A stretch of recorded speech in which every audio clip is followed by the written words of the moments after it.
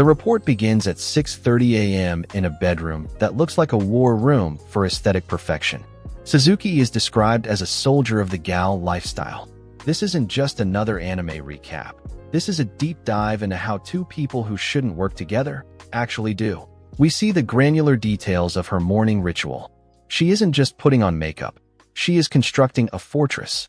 Every brushstroke of foundation is reported as a layer of defense against the judgment of the world. She applies her lashes with the precision of a surgeon, knowing that if one hair is out of place, the sun she portrays might flicker. She tells us, through her internal monologue, that she is exhausted.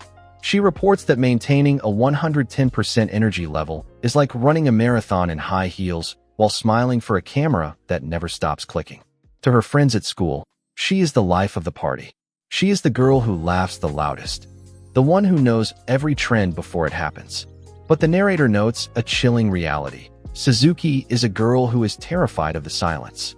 She is afraid that if she stops talking, stops dancing, and stops being vibrant, the world will realize there's a dork underneath the glitter. Then, the focus shifts to the target of her obsession, Tanny. If Suzuki is the scream, Tanny is the absolute silence. He is described in the report as a black hole of social presence, not because he is dark or malicious, but because he simply does not participate in the performance. While every other boy in class is trying to look cool, trying to be the alpha, or trying to crack the right joke, Tanny is just sitting. He is a guy who looks like he's permanently buffering, a human statue who exists in a state of zen-like bluntness. Suzuki recalls the first time she noticed him. It wasn't a dramatic meeting. There were no cherry blossoms. It was simply the realization that in a room full of people screaming for attention, Tanny was the only one who wasn't looking at her. And for a girl who had built her entire life on being looked at, that was the most intoxicating thing she had ever experienced. The report dives into the weeks leading up to the collision. Suzuki describes the agony of the parallel line existence. She tells her diary and the audience about the countless times she sat near him, her heart thumping like a drum in a library, while he just turned the pages of his book. She was convinced that they were two different species. She was the predator of social attention. He was the hermit of the back row. She admits that she felt like she was standing on a rooftop, looking down at him. She wanted to jump. She wanted to plummet into his quiet world and see if he would catch her. But as the first bell rings in this recap, we are told that Suzuki is done with the paradise of the familiar. She is done with the 10 meals of safe, social interaction. She is ready to seek the grave of her reputation if it means sitting next to the silence.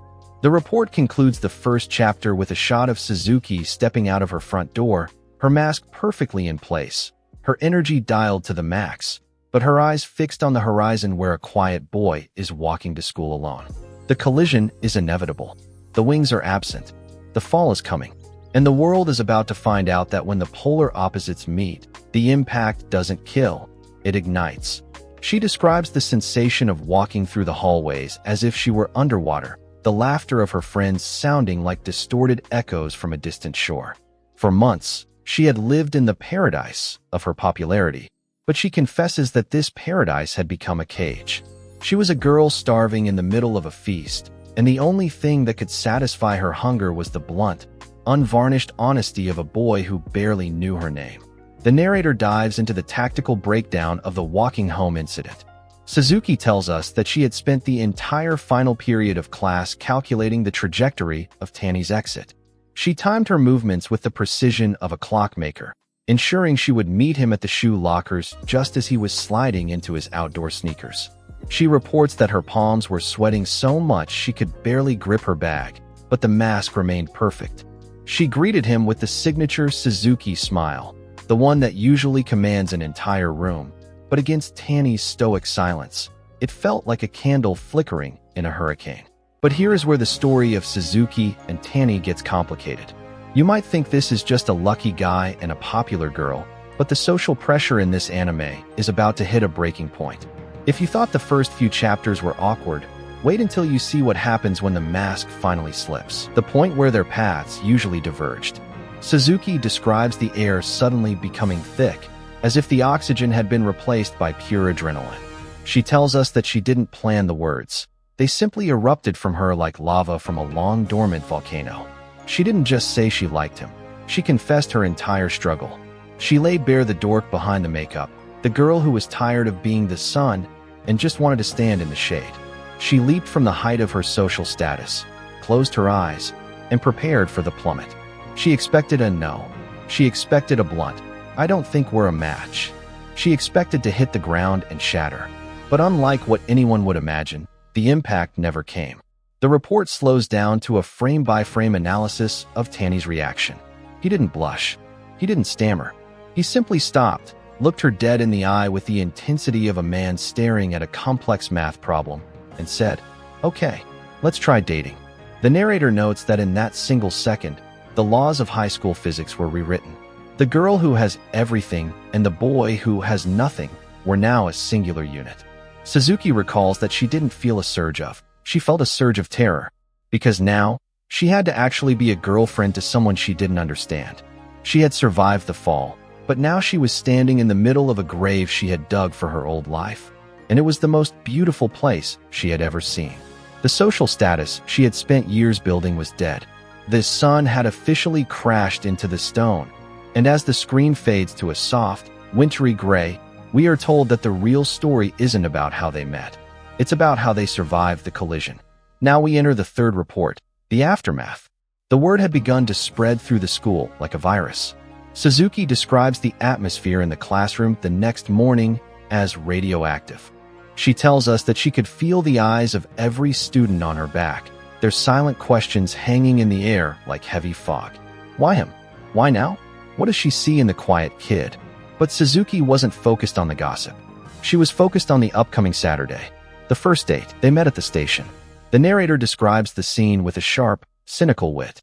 You have the busiest station in the city. The date itself was a series of tactical errors and silent victories. Suzuki explains that she tried to lead. She tried to take him to the loudest, most energetic spots in the city. She wanted to prove she was fun, but she reports a growing sense of exhaustion. The energy required to maintain the sun persona while worrying about Tanny's silent reactions was draining her battery to zero. Then, the turning point. They were at a cafe, the kind of place where people go to be seen. Suzuki was babbling about a new trend. She looked at Tanny, expecting him to be bored. Instead, she found him staring at her with a look of genuine concern. He didn't care about the trend. He didn't care about the cafe. He looked at her and asked, "Are you tired?" The narrator notes that this was the moment the mask didn't just slip, it disintegrated. Suzuki realized that Tanny had been watching her the whole time, not to see the gal, but to see the person. He wasn't bored by her energy. He was worried by her performance. He told her, in his blunt, quiet way, that she didn't have to talk if she didn't want to, that he was perfectly happy just sitting there with her in the silence. Suzuki tells us that for the first time in her life, she felt like she could breathe. She stopped trying to fly without wings and realized that Tanny was the ground. Not the hard pavement she feared hitting, but a solid, steady earth that would hold her up no matter how much she stumbled. The date didn't end with a movie-style kiss. It ended with a quiet walk back to the station, two polar opposites finally realizing that they didn't need to change their polarities. They just needed to find a center. The report concludes with the realization that the grave of Suzuki's reputation was actually the birthplace of her freedom. She had sought death for her persona, and she had found a life she never knew was possible. We are halfway through the data, but before we dive into the climax, I have a question for you. A report is only as good as its field agents. If you're enjoying this deep dive into Suzuki and Tanny's relationship, hit that like button and subscribe to join the agency. We are pushing for 1,000 subscribers, and every single one of you counts. Now, I need your input. Which anime should I investigate next? Drop the title in the comments right now. I read every single one to decide where the anime report goes next. Back to the files, things are about to get complicated. But the confession was only the beginning. Behind Tanny's smile and Suzuki's quiet confidence, a major shift was coming that no one, not even their closest friends, saw coming. In Part 2, we break down the museum date disaster and the moment the polar opposites almost pushed too far. Part 2 is dropping in exactly 48 hours. Make sure your notifications are on so you don't miss the conclusion of the report. I'll see you in the comments.